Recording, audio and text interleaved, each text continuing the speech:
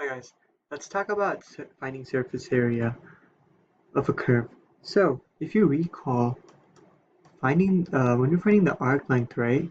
So the formula of finding the arc length is the integral from a to b of square root of 1 plus f derivative of x squared dx. Remember?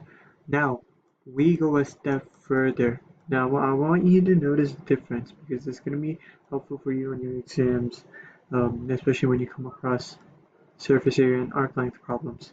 So, you notice we're putting in the 2 pi, and we're also having f of x.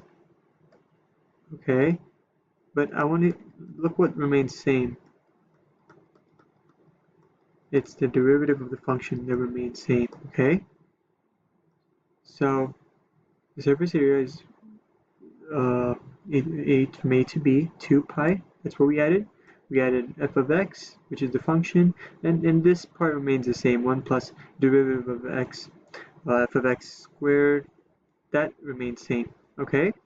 So, let's have a look at a problem where we could use this formula and see how it actually works out. Let's say y equals x over 2, okay? The question asks us to find the surface area, okay, when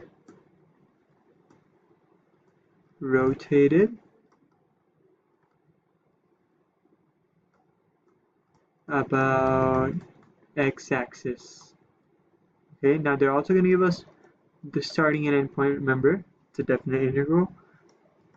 It's from 0 to 4. Okay, so now let's try seeing how we could use this formula now. So they've given us the y equals x over 2, okay?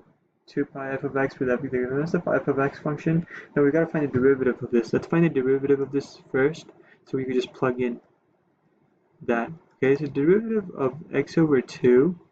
Remember, half is just a constant, so it's just going to be 1/2. Okay, derivative of x over 2. Okay, so now if we try finding surface area, that's going to equal, they've given us the endpoints. Let's have a look at the formula also as a reference. From 0 to 4, okay, 2 pi, what is the f of x function? X over 2, and 1 plus the derivative we got as 1/2, and we're going to square that, dx.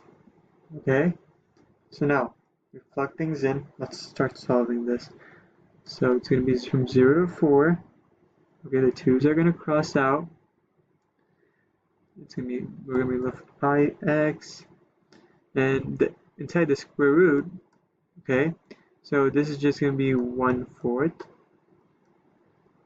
It's going to be 1 over 1 plus 1/4, so this is going to be square root of 5/4, okay, dx.